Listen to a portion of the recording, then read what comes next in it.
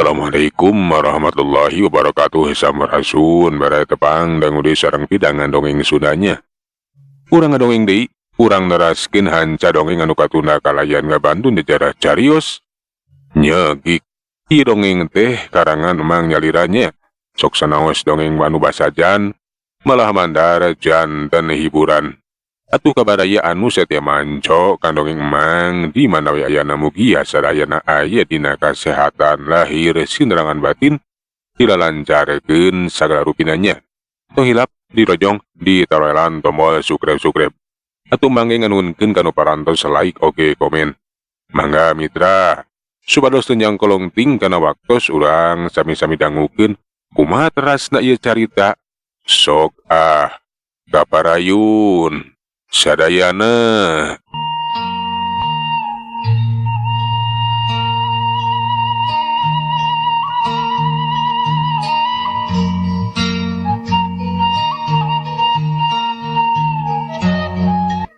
Mitra kaum dangu, Mang Ating jeung Bah Loyor teh baralik we ka imah. Peuting eta mah Mang Ating teh milu monok we di Pasir Bagong. Kakarap we isukan, isuk-isuk keneh. Mang Ating teh guragi we mulang ka lemur. Barang tepi ka imah katempo. Eta kayaan Mang Ating teh kurang berak. Katingali kawas anu alum nguyung. Puguh we atuh biincun teh panasaran aku naon cenah salakina teh laju tumanya. Nah kunaon akang teh kawas anu alum nguyung sedih gitu atawa mangih kabingung. Nya buku kita nyangka nyai akang teh bakal mangih masalah gede nu aya hubungan jeung usaha akang yeuh. Nah kumaha kitu? Abi mah teu ngarti sok jelaskeun anu sanyana. Kieu nyi puguh ge basa akang mikeun seba bukti getih domba teh ya. Nya dibawa ka itu ka Pasir Bagong. Dibikeun ka Nyi Ratu Kulutuk jeung Prabu Ongkang-ongkang. Nya geuning teu ditarima. Jadi teu ditarima. Nah aku naon atuh buat teu ditarima sagala rupa. Jeung kumaha balukarna? Alantarana mah eta Nyi Ratu Kulutuk teh keur kakandungan. Hante narima seba getih. Sato tapi hayang getih manusa nyai. Getih manusa Biincun maning ngarenjak reuas ngadenge kudu getih manusa teh. Nya getih manusa nyai. Akang teh kudu nyebakeun jalma bari getihna teh dibikeun dijagrakeun ka itu kaguhan waya di Pasir Bagong. Alah cilaka atuh kitu mah akang cilaka. Anak kitu mah akang teh kudu maehan jelema. Alah kumaha atuh ari geus kieu abi mah hariwang salempang sieun we goreng balukarna. Lain kabengharan anu kahontal tapi kasangsaraan jeung kasiksa. Tenang nyai ulah salempang. Satungtung teu kapanggih mah urang teh bakal aman. Jeung deui masalah kabengharan ulah sieun pasti bakal kecumpon. Urang teh bakal jadi jalma beunghar. Sabab lamun akang geus hasil nyebakeun jelema, nyatang tuwe usaha akang teh bakal leuwih gampang, hasilna bakal leuwih loba. Moal aya harangan harungan nyai. Nya tapi ngan eta we ari kudu nyebakeun jelema ku cara maehan jelema mah abi mah sieun nah eueuh cara sejen kitu. Puguh ge sesat kapaksa nyai. Akang teh daek kudu narimakeun kana kahayang eta Ratu Siluman. Paman nolak teh matak cilaka, akang bakal jadi korban. Biincun teh beuki reuas basa ngadenge kitu mah. Anak kitu mah nu jadi salakina teh sasat kapaksa we kudu daek kana pamenta eta Ratu Siluman. Lantaran lamun hante digugu teh bakal jadi mamalah. Lain kapengharan atawa kesenangan anu kahontal, tapi bakal kalengitan nyawa.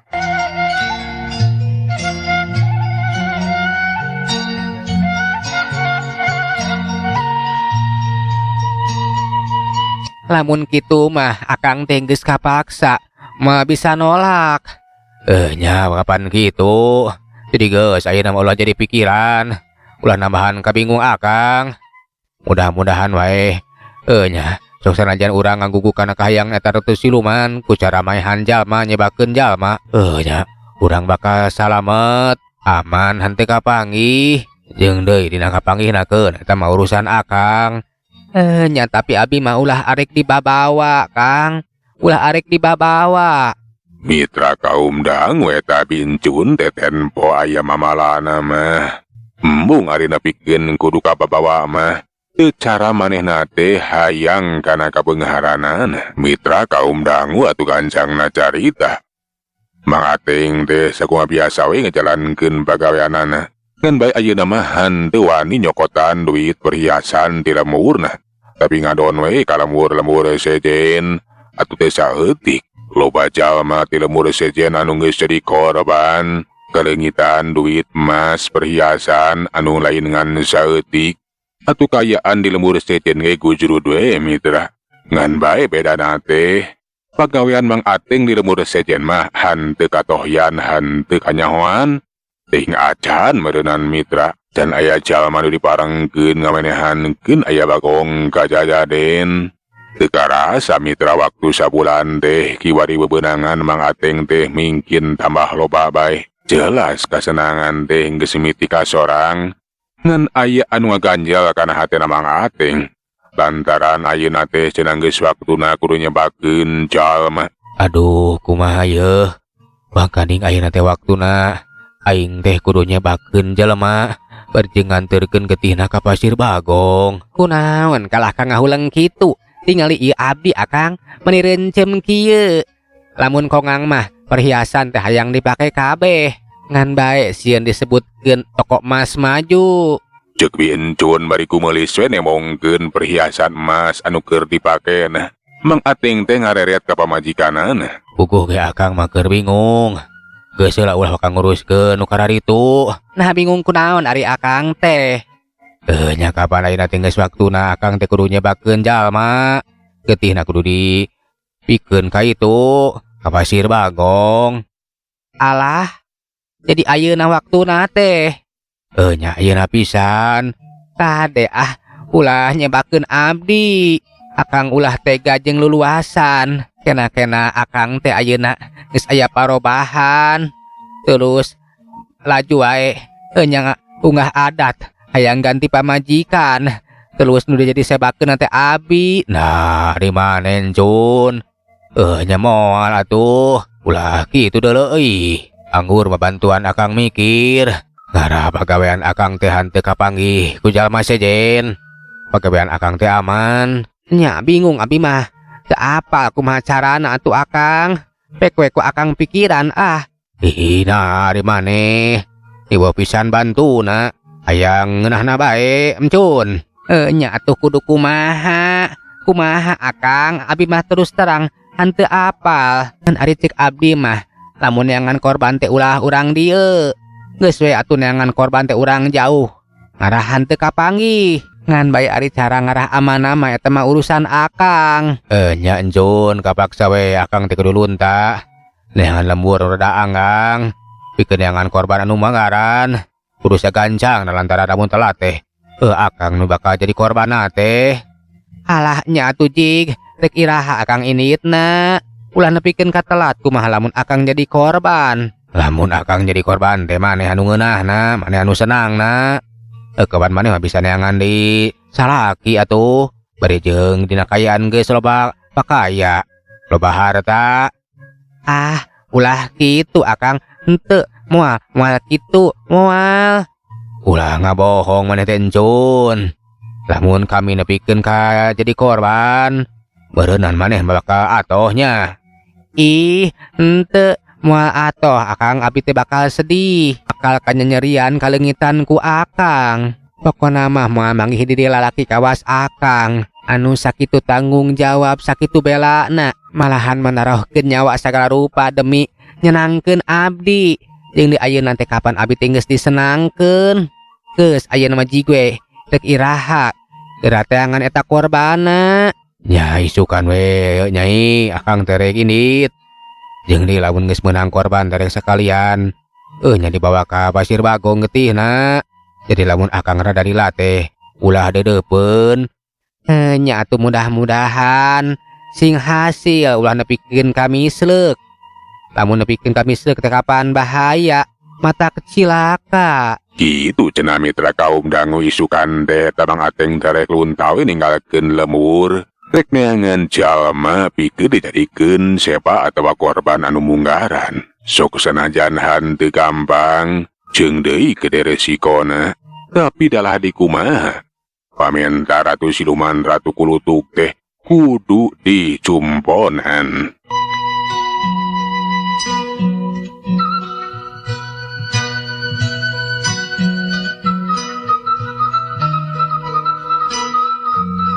Bener we mitra isukna. Mang Ating teh isuk-isuk keneh geus lunta ninggalkeun lemur. Teu kacaturkeun di jalanna kiwari teh geus aya sisieun lemur.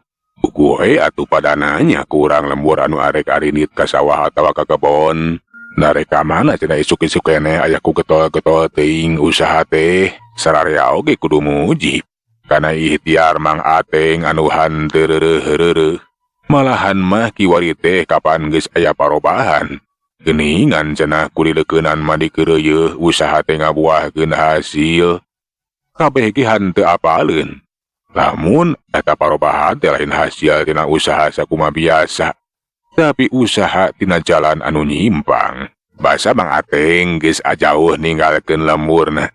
Laju we ngamimitian neangan korban. Mang Ateng teh neangan tempat anu sakirana jauh ka itu ka dieu. Susuganana aya jalma nu lara liwat urang dinya. Basa geus manggihan tempat anu merenah, Mang Ateng teh laju cicing we nu nungguan ngadodoho. Dasar alus milik teu kudu lilangan nungguan. Di kajauhan rentang-rentang aya saurang jalma anu keur lempang. Ari eta jalma teh lalaki anu geus aya umuran bari ngabengkot we mawa suluh kawasna matas ngalaan suluh. Puguh we atuh Mang Ateng teh mani atoheun. Lakadalah cenah bakal ditawak ku aing bakal dibongohan. Sapira oge cenah aki-aki moal bisa ngalawan. Mitra kaum dangu sedengkeun eta si aki anu keur mawa suluh. Henteu sadar lempang we ngagadeang bari memanggul ngabengkot eta suluhna. Duraring durang durirang, durirang durang duraring. Alah berat oge ya suluh teh. Teuing suluhna anu loba, teuing tenaga aingna anu geus ngurangan. Alah mending siang ieu. Namun teu bari hahiriringan aing. Karasa capena aduh. Ye cangkeng. Alah. Cek eta si aki manehna teh bari ngecangkeun suluhna.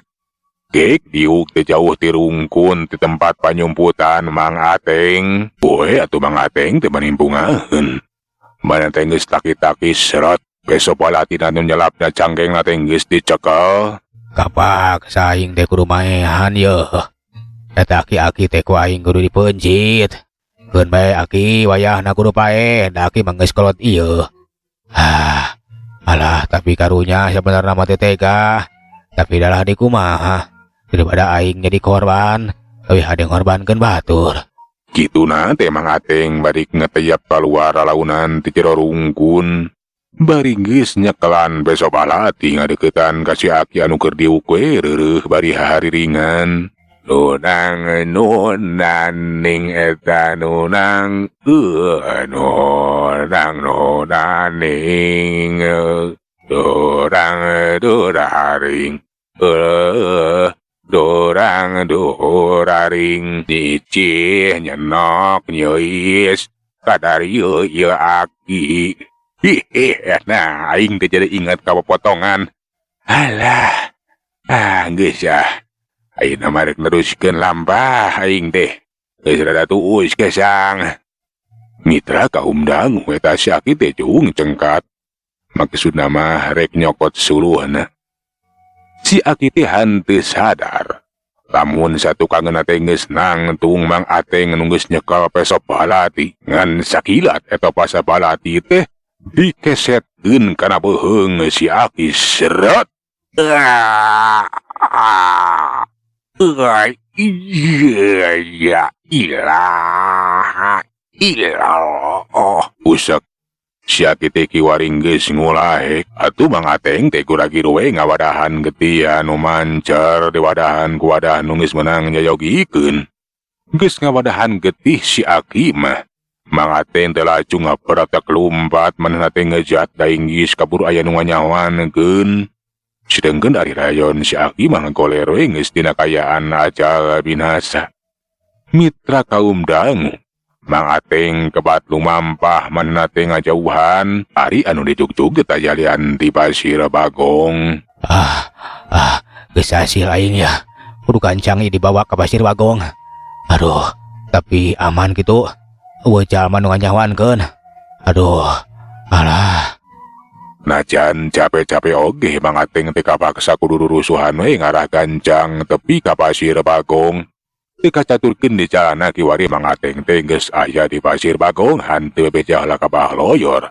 Laju we muru asup ka jero guha. Aya di jero guha mah batok anu eusina teh getih manusa teh langsung digolerkeun dina batu demprak teh. Sakumaha biasa Mang Ateng teh mapatkeun jang jawokanana.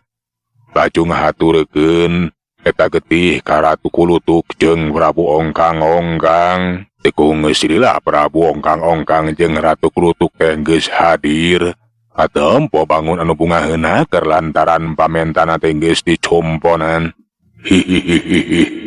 Tetelo maneh teh Ateng nyumponan kana kahayang pamajikan ngaing. Mangga Gusti. Nyanggakeun ieu getih. Tumbal manusia parantos kasanggakeun. Katarima ku ngaing. Tah Nyai, pop geura inum eta mah getih manusia. Tang tu bakal seger pisan. Enya Kakang, buku geus asa dina letah, asa dina tikoro. Ayeuna ku abdi bakal diinum. Hanteu loba lila laju we eta getih teh diinum ku Ratu Kulutuk. Bener we aya dibere getih manusia mah eta Ratu Kulutuk teh mani bungah pisan. Tah ngeunah ieu mah meni seger pisan. Ya nuhun we ari katampi mah Nyi Ratu. Enya katarima ku kaula Ateng. Nah kumaha Kakang? Nah jiwa eta jalma nu ditumbalkeun teh geus kacekel, perang bawa ayeuna mah. Ratu Kulutuk teh kiwari mah hantu manyawe ka Prabu Ongkang-Ongkang anu katempo kawas anu ngamuka bingung. Aneh Nyai, jiwa eta jalma anu dipaehan teh hante kacekel ku ngaing. Buah-buah eta jalma teh jalma anu soleh, jalma anu bersih hati boga iman ka pangeran. Jadi kumaha atuh Kakang? Meureun eta jiwa manusia teh moal kabawa. Ya moal Nyai, tapi kun ngan engke pingkeun mah we dengekeun ku sia Ateng. Sia kudu maehan jalma anu ingkar, jalma anu hanteu boga iman. Lantaran lamun nyebakeun jalma anu iman, ku aing moal kacekel Dan kitu nya Gusti. Susumohon mangga. Tah kitu mun bisa mah kudu neangan jalma anu teu boga iman, jalma anu ingkar euy. Tapi ketang teu nanaon lah. Nu penting mah maneh geus mikeun getih ka pamajikan ngaing ayeuna. Sagala kahayang maneh ku ngaing bakal digugu. Kabeungharan maneh bakal mingkin nambahan. Pon kitu di maneh ayeuna boga kakuatan. Ulah sieun ulah jalempang. Usaha maneh moal manggi harangan harungan. Boh dina neangan harta banda. Pon kitu di ngahaturkeun sebaka ngaing. Kitu cenah ceuk eta Prabu Ongkang-Ongkang teh. Laju bae atuh tina panonna teh ngaparasat cahaya beureum. Teu kanyahoan nyaho-nyaho nyorot kana panon Mang Ateng. Parasat sup geus sumanding dina awak Mang Ateng. Katempo panon Mang Ateng teh ngempur hurung. Kawas dudukan anu ngababela netelakeun lamun Mang Ateng kiwari teh geus kakawasa ku pangaruh siluman. Kakungkung ku sifat iblis. Geus kitu mah eta Ratu Kulutuk pon kitu di Prabu Ongkang-Ongkang teh.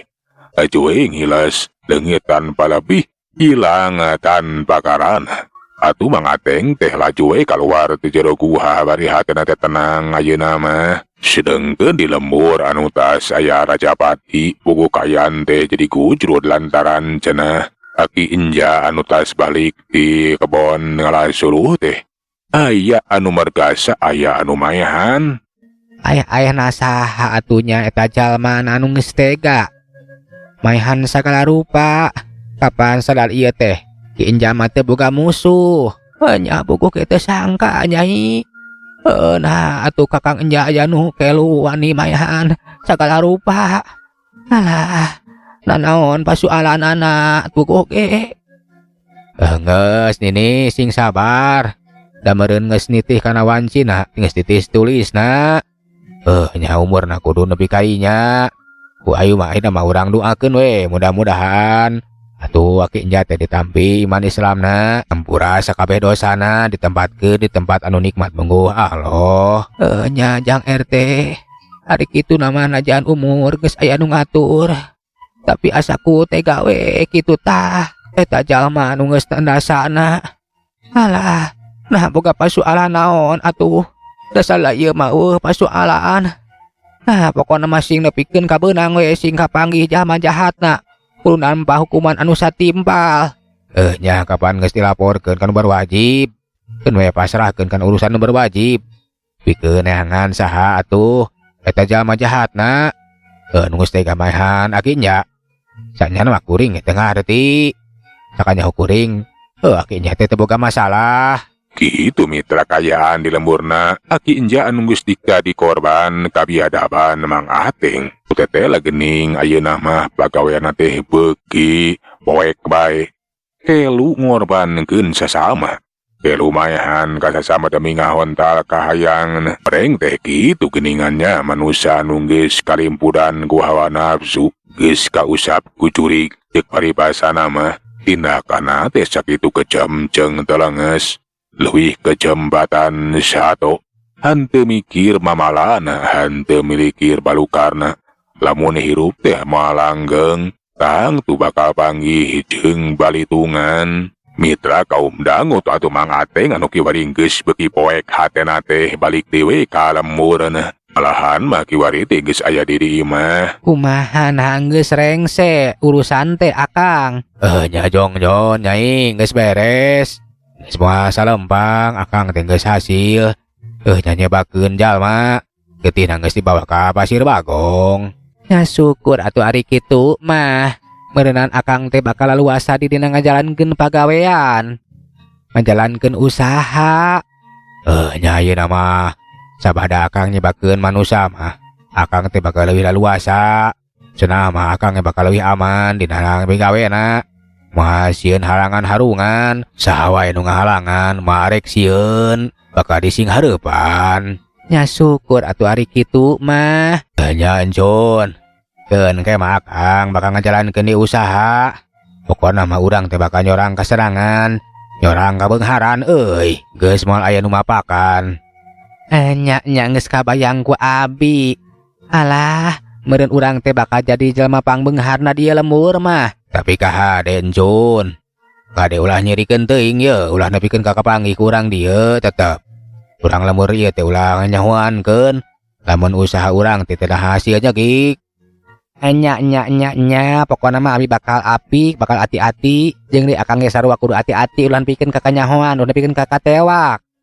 Nya tenang ayeuna mah kapan cek tadi ge sabada Akang nyebakeun manusia mah. Kok Akang teh boga kakuatan, pikeun yang hareupan harangan harunganana.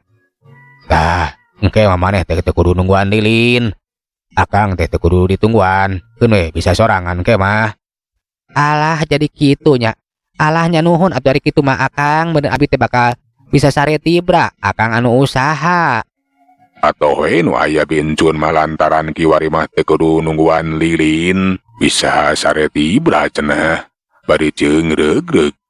Salakina anu usaha we sorangan. Euleuh mitra. Waktos nagening parantos teh nyakapannya. Sagala urang tunda jajara carita nyekik dugi ka dieu urang teraskeun dina seri anu salajengna. Atuh manganunkeun tina sadaya perhatosanana nya. Apuntenna tina sadaya kae tirangan Mang saeulan undur Assalamualaikum warahmatullahi wabarakatuh. Cak.